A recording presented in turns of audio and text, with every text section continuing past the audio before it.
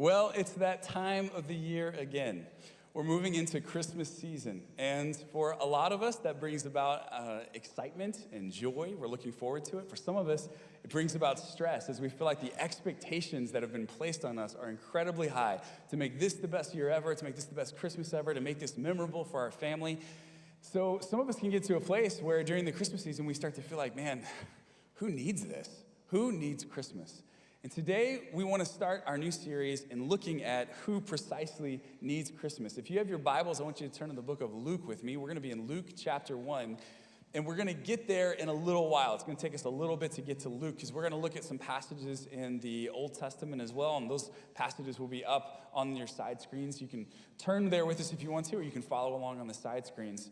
But a lot of times we think of Christmas, we think about the story of Mary and Joseph and Jesus. A lot of times when we think of Christmas, we think of a married couple trying to figure out how it is that she's conceived.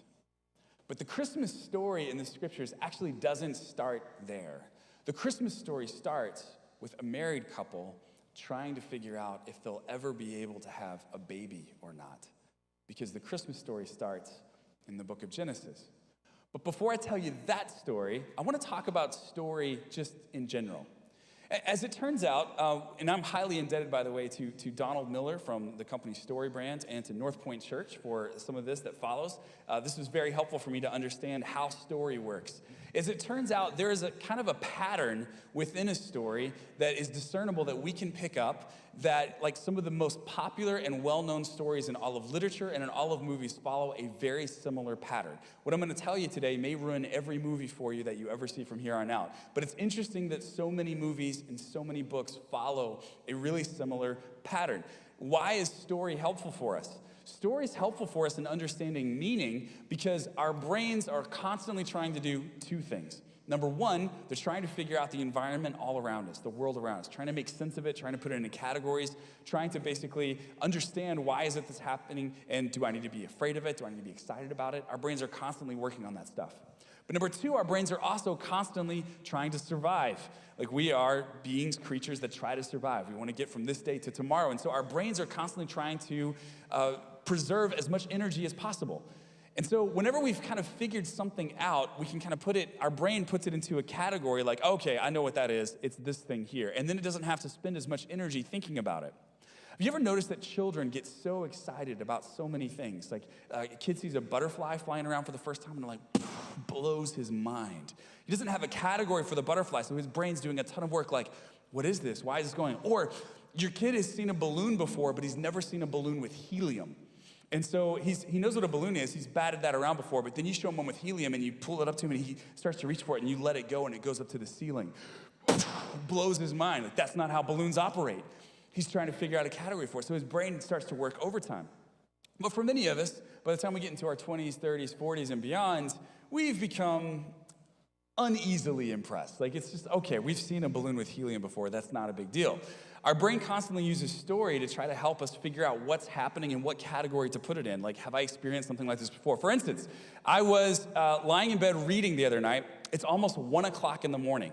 Emily, my wife, she gets home really late sometimes. She was working in the evening, so she's actually taking a shower after she got home from a night shift. She's a nurse at the Harrisburg Pinnacle Hospital.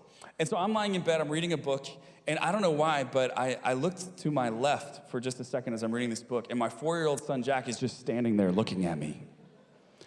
And I leapt out of the bed, it scared me to death. Why? Because if I would have thought about it on a conscious level, I know this is my son, Jack. He's not scary. On a subconscious level, though, my brain started to interpret this event through the story it knows. And my brain knows the only reason a small child stands at the foot of your bed in the dead of night is to say, I see dead people. That's the only reason they do that.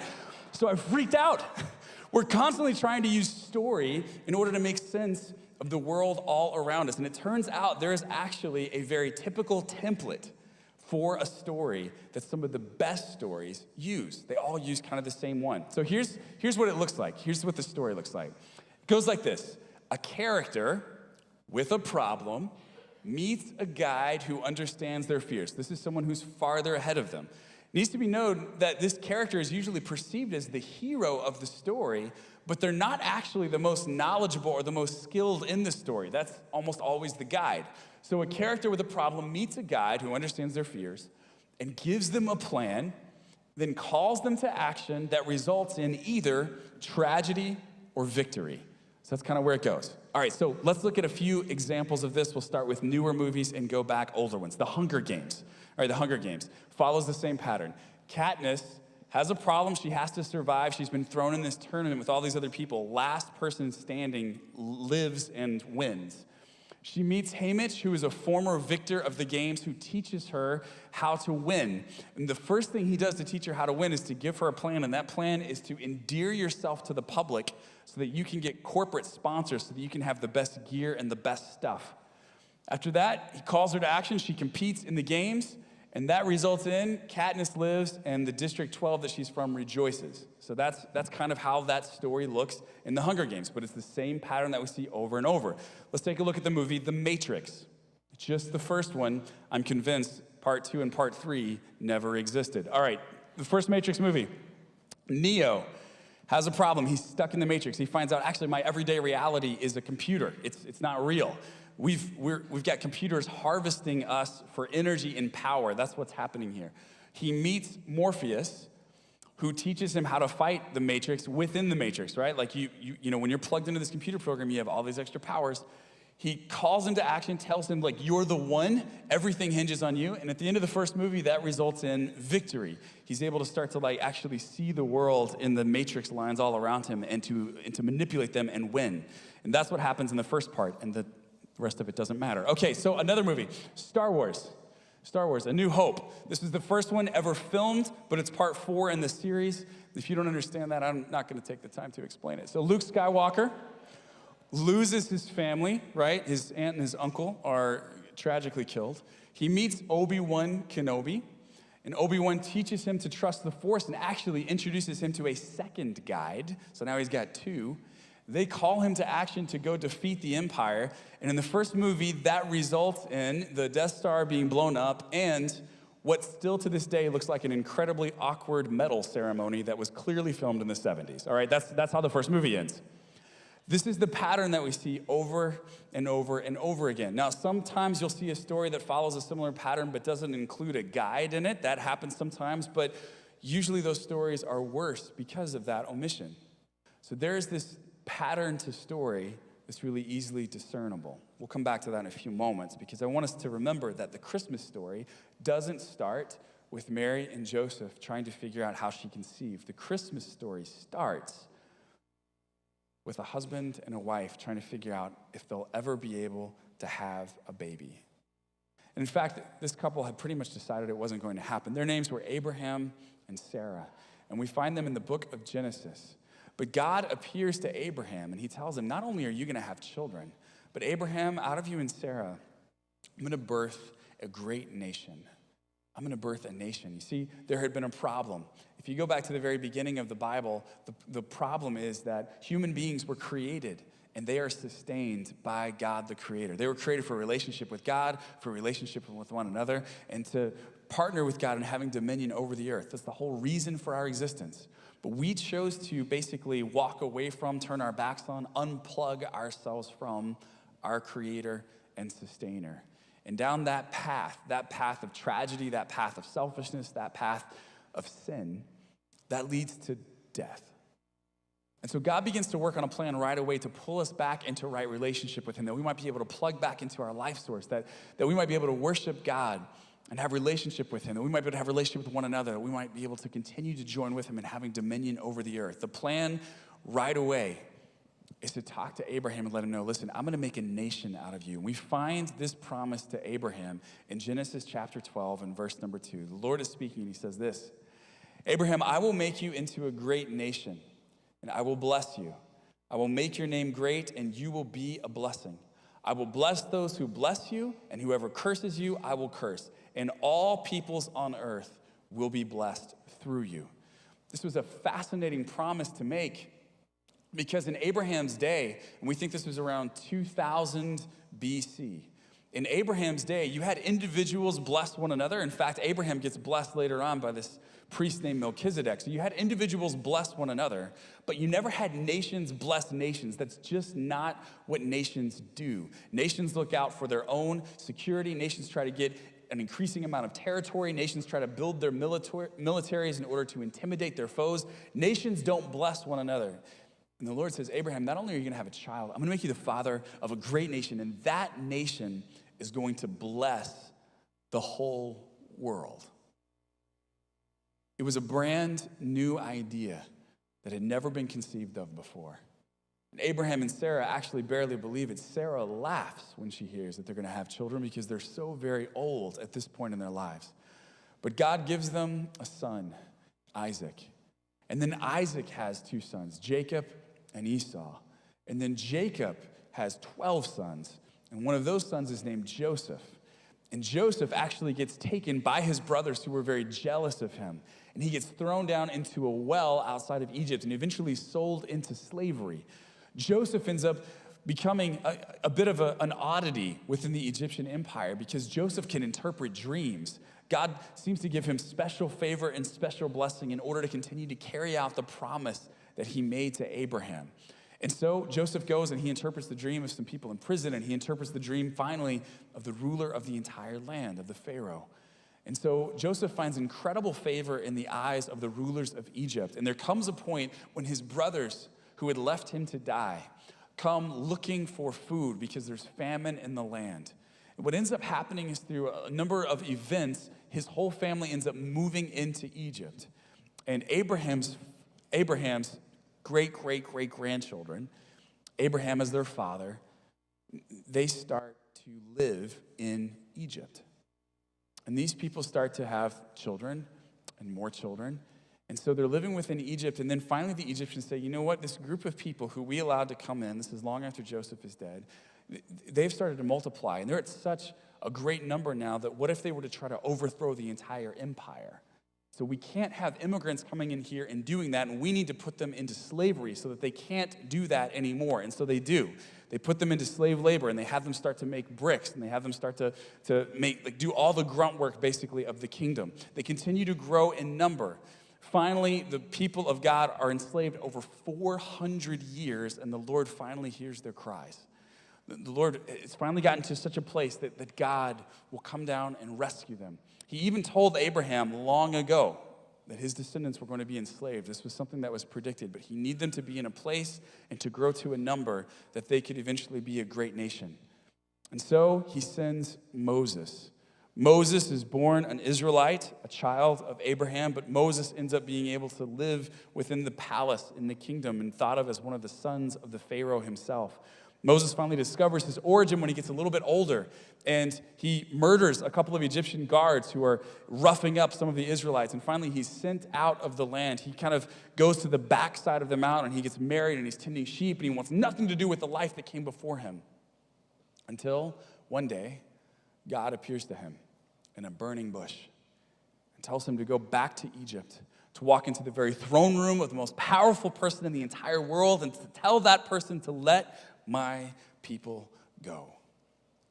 What follows is a very dramatic account that we can read about. You can read about in the book of Exodus, where Moses goes and he has these constant confrontations with Pharaoh. And finally, after the Lord sends 10 different plagues, Pharaoh relents and lets the people go. They cross over the Red Sea. Pharaoh changes his mind. Pharaoh pursues. The Red Sea crashes back together as all the Egyptians are caught in the middle of it, and they die.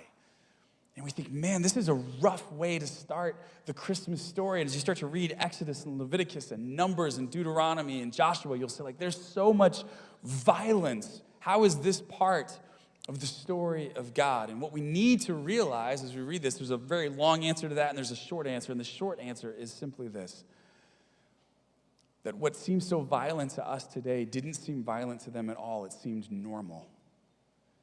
That stuff looks really violent to us today because now we're on the other side of Christmas. And so the Israelites are able to escape. And it seemed like for the 400 years before that, they weren't going to be a blessing to any nation, right? They're just in slavery. Like they didn't have a reputation for being a blessing. They were just making bricks. It seemed like God was not going to come through. There's no way this promise to Abraham was going to be fulfilled. And then Moses leads them out of Egypt. He leads them into a promised land. Finally, they have land that they can call their own, and they have a couple of kings, and the first one doesn't work out so well. We actually looked at King Saul a few months ago. We did a whole series called David, A Life in Pieces. If you're interested in that, you can check it out. We talked all about King David. David comes into power, a man after God's own heart, and the kingdom starts to thrive. David makes peace treaties with all the nations around him, and the nations that were once considered themselves the enemies of Israel now seem to actually be on their side, that were looking out for one another. David is succeeded by Solomon, his own son. Solomon is wise, and Solomon decides to build a lot of things. He builds an amazing temple where the people can come and worship the Lord. It's one of the most revered places in all of the land. Like, this temple is finally something that we've built that honors how good our God is. Solomon then, it finally seems like under his rule, like perhaps this is the time that we are able to bless other nations. Perhaps now, perhaps all of history has been leading us up to now. We finally have a ton of resources and gold and buildings and influence and peace. Perhaps now's the time that Israel can be a blessing to all the other nations. But Solomon flounders. He doesn't stay the course. He starts to marry a number of foreign wives who worshiped foreign gods. And as he did that to accumulate power, he began to worship those foreign gods. And so God keeps his promise to Solomon, which was that if you turn away from me, you will not inherit these blessings I've promised. And so the kingdom starts to flounder. And what follows after Solomon is about 300 years of confusion and violence, and one bad king after another with an occasional good king thrown in. But it's almost all terrible. And about 300 years after the death of Solomon, the northern part of the nation of Israel had broken into two parts by this time, the northern and the southern part, largely over a disagreement about slavery. So the northern part, which is called Israel, actually gets invaded by the Assyrians. And they capture them, and they string the women and children together along one line and walk them back to Assyria. They breed them out of existence. The southern kingdom is called Judah, and the southern kingdom knows all about what's happened to the northern kingdom, and they start to get very nervous. And what happens is another 300 years start to go by where there's all these conflicts. Assyria tries to attack the southern kingdom as well, but they're forced back. They're not quite able to do it, and within 300 years later, the southern kingdom falls to Babylon. Babylon comes and takes away some of the wealthiest, the smartest, the brightest, the best educated in all of Israel, brings them back to Babylon. And as they bring them back to Babylon, what happens in Israel is that their military is completely decimated, their economy has completely collapsed, some of the best and brightest are no longer there, and people are struggling just to put food in their mouths and a roof over their head.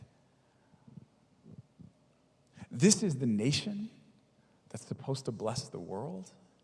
In the midst of all this, God sends some prophets to talk about what's happening and to talk about the fact that God has not forgotten Israel and he's going to restore them.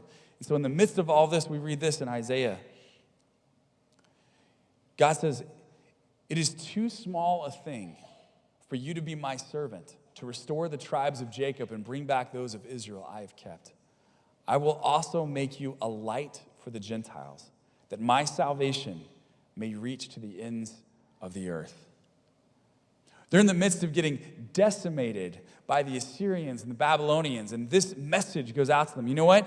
I'm going to make you a light for the Gentiles. I know it looks bad right now, but I'm going to restore you, and I'm going to restore you to such a degree, like it's not enough to just put you back in the place where you were. I'm actually going to make you and everything you do a light for the Gentiles. All the non-Jews in all the world, you're going to be a light for them. And as these people hear these words from Isaiah that he's passing on to them from the Lord, they have to be thinking, what are you talking about? What are you talking about? Like, we're getting bred out of existence. We're getting led away from this place. Our nation is being decimated. And God, you're trying to tell us that we are going to be a light to the Gentiles when we can't even find enough food to feed ourselves? Sure you are. At the end of the Old Testament, we have another prophet that was sent, Malachi. We see him in chapter 1, verse number 11, this message from the Lord that he passes on to the people. And it says this, "My name will be great among the nations, from where the sun rises to where it sets. In every place, incense and pure offerings will be brought to me, because my name will be great among the nations, says the Lord Almighty. Keep in mind, Babylon has conquered Jerusalem. The temple that stood as a sign of their religion has been destroyed. In fact, the legend is that the Babylonian emperor who came and conquered the temple actually walked into it. And he walked toward the back of the temple. And at the back of the temple is a place called the Holy of Holies. This is the place that the high priest only entered into once a year. And when they did that, they had a rope tied around their legs so that if they died by the awe and wonder of God while they were in there, they could be pulled out. The whole idea of Judaism was that we worship the one true God. It's monotheism in the midst of a whole sea of countries that believed in polytheism, multiple gods. He said, no, there's one true God. And the whole idea that God says, like in the Ten Commandments, is don't make an idol to me. Don't ever limit me to sticks or to stone or to marble. Don't ever say that like your God could be domesticated by putting their image into something tangible. Don't make an idol of me. And so they had this Holy of Holies, and it was where the high priest could convene with God, but they never placed an image of God in that Holy of Holies because that would be blasphemy. But all the nations around them, in their temples, they would have a God box. It was a box where they would put their idol, put their God, and they believed that that's where their God resided, and their God didn't reside anywhere else. That ended up being kind of the control center for their God. So you could walk into these temples and see in the God box the actual idol of that God. Not so with Israel. Israel believed that God could not be confined into one space, that God lived everywhere.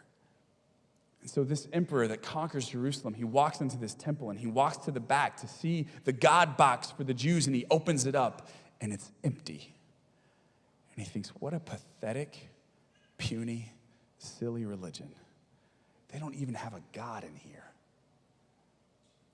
The temple gets razed to the ground, completely destroyed.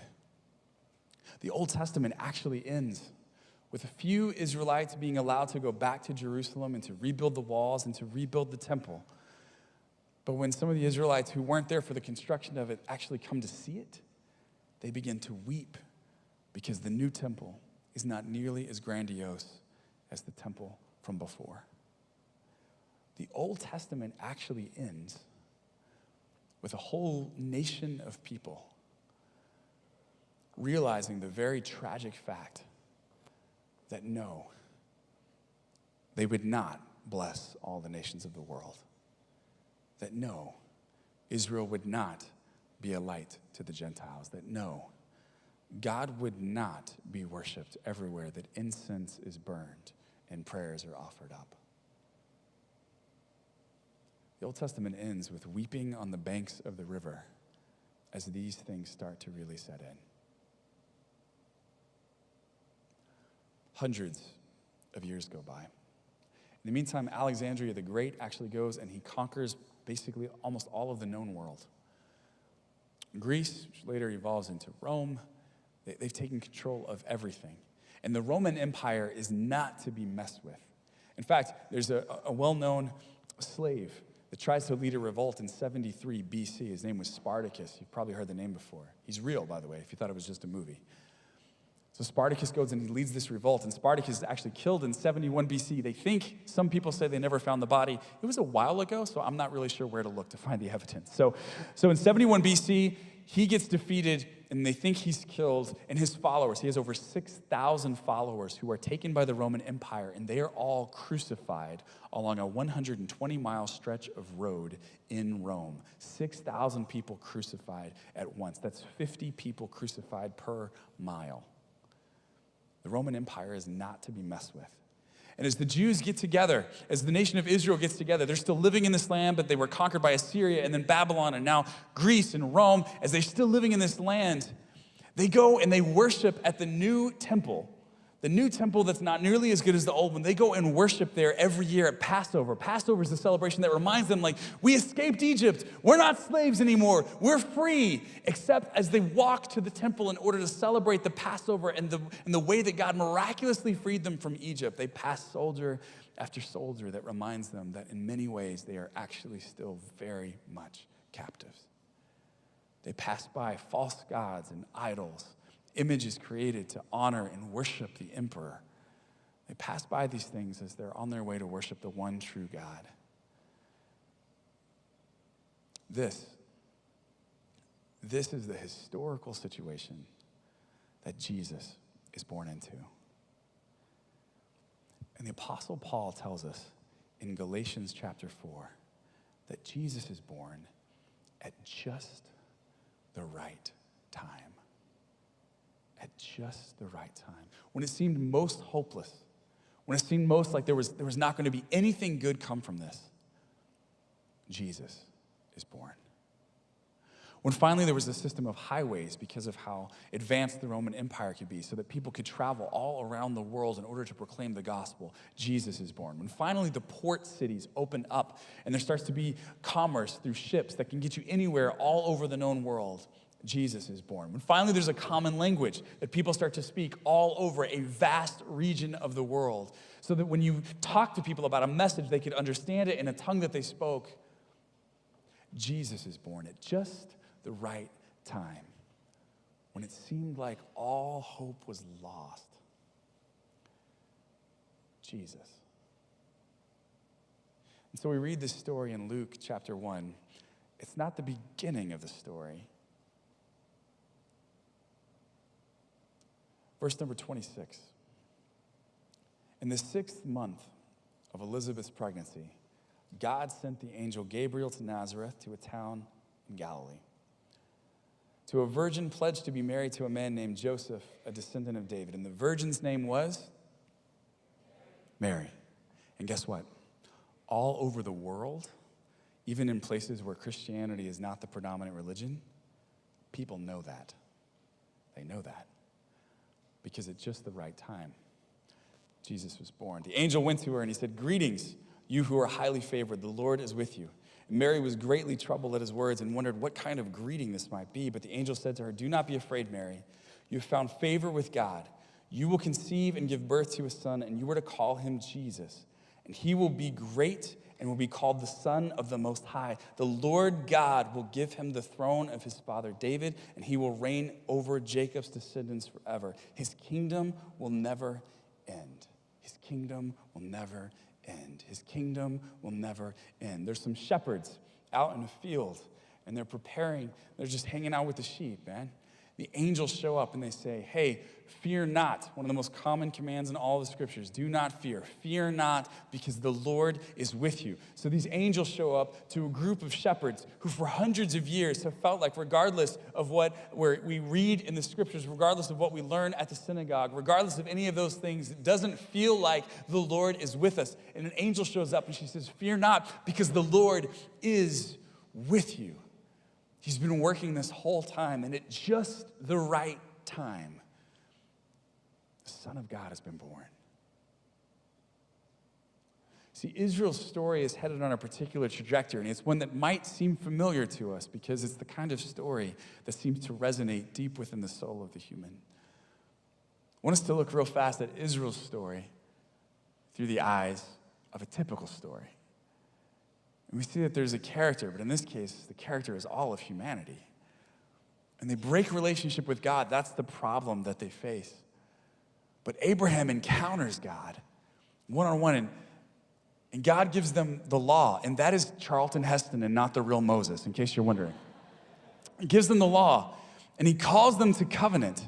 He's like, "You know what? If you follow after me, I will ensure that the whole world is blessed." And God actually, this amazing story of Abraham, he splits the animal pieces in two, and God walks through the animal pieces himself. Typically, you'd walk through with the person you're making the covenant with, but God basically is saying to Abraham, listen, no matter what you do, I'm going to use you to bless the whole world.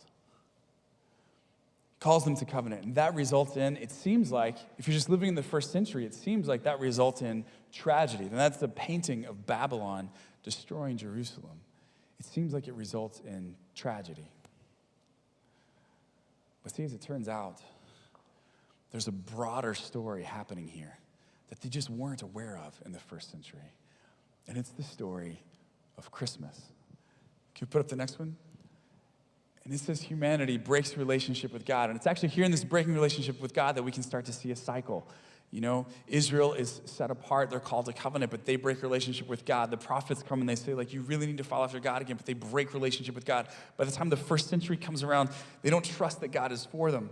They don't trust that God is going to continue to use them to be a light to the Gentiles, that God's name will be worshiped everywhere, that incense is burned and prayers are prayed. They just keep breaking relationship with God. And so this nation that desperately needed a guide meets Jesus. And Jesus is able to show them the way to right relationship with God. He's not just the guide, he's also the way. Put your trust in me. Put your trust in me. They're called to trust in Jesus. We're told in the book of Hebrews that in many times and in many places, God revealed himself to the prophets. But in these last days, in this last epic of history, God has come completely clean and revealed himself fully in the person of Jesus Christ. Put your trust in him. He calls them to change the world because we're not just saved for ourselves, we're saved for something. Yes, we are saved forever. We're saved that we can be with God forever. That is part of what salvation is, but we're also saved for action. We're saved to change the world because at just the right time, when the gospel could be preached, when people could go, when this message could be shared, when people from all over the world could hear that actually in following after Jesus Christ, I can finally live fully into what I've been created to live for. At just the right time, Jesus is born. And we're called to take that and to change the world. And that results in eternal victory. And I didn't put an image for eternal victory up there because I don't think I have any idea how amazing that's going to look. Why is it that the best books and the best movies seem to follow a similar pattern in the stories that they tell? Perhaps it's because on some deep level, we understand that the story of everyone is the story of humanity. Perhaps it's because on some deep level we recognize that all of humanity is in deep trouble, that all of us need a guide, that all of us are possibly set up to face tragedy in the end. Perhaps this template has resonated so much, and perhaps it's been so helpful to so many because we realize individually that we might be headed for a tragic ending, and we long to see ourselves work toward victory. For some of us, we actually started off life pretty good, and we're in a place now, though, where we're just not sure where to turn next. For some of us, as we enter into this Christmas season, as we're reminded of a baby in a manger that can change everything. Why a baby in a manger? Great question. We're going to get to that next week, so please come back next week and be a part of it. As we enter into this Christmas season, we start to think like, I don't know where it all went wrong.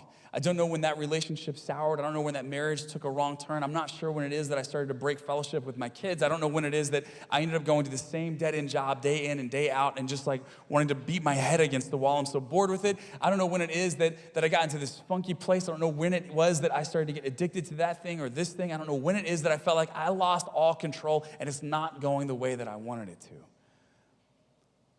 For some of us, we realize intuitively at a deep level that we desperately need a guide.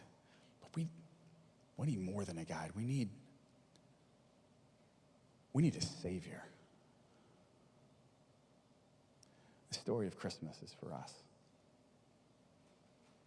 For some of us, we actually feel like we've got it together pretty well on the outside. Like most people would say, like, oh, they're doing great. They've got the nice car, the nice family, the nice job.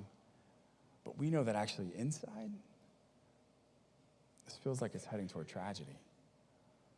We thought if we ever got here, we'd be happy, but we're not. It feels like maybe we were created for more than this. See, each and every one of us wants to think that we're going to head toward a victorious ending in life. And each and every one of us really wants to be the hero that pulls themselves up by the bootstraps and does it themselves. And yet, the story of Christmas is the reminder that it is through Jesus. Jesus that the world desperately needed. Jesus that Israel desperately needed. Jesus that we desperately need, that we are able to fulfill a victorious ending. A victorious ending. It's only because of the birth of this baby in this manger in this place, at this point in the Christmas story, that just a few people in Israel start to realize, oh, we are going to bless every nation. Oh, through Jesus, we are going to be a light to the Gentiles. Oh, because he was born at just the right time. The name of the Lord is going to be lifted up in every place that incense is burned and offerings and prayers are lifted up. And for some of us, we need to recognize that this Christmas season is just the right time for Jesus to enter into our lives as well. Who needs Christmas? The world did. Who needs Christmas? We all do. Heavenly Father, I thank you for the story of Christmas, and I thank you for Jesus. Father, I thank you that Israel ends up being the cocoon that births the light of the world. Thank you for that. So, Lord, we are thankful for both the New Testament and the Old. We recognize that the story of Christmas is threaded all throughout it. We praise you for your gift to us of Jesus. Lord, I pray this morning that if anyone does not know Christ as we head into this Christmas season, Father, today they might start to realize, actually, I want to live a better story. Actually, I want to follow after Christ. Father, would you give us the courage to do that, to step forward, to be raised to life, Father, to find life by following Christ. I can think of no better gift for us to receive during this Christmas season than the gift of eternal victory. So I pray that you put it on our hearts this morning. Give us the courage to say it. It's in Jesus' name I pray.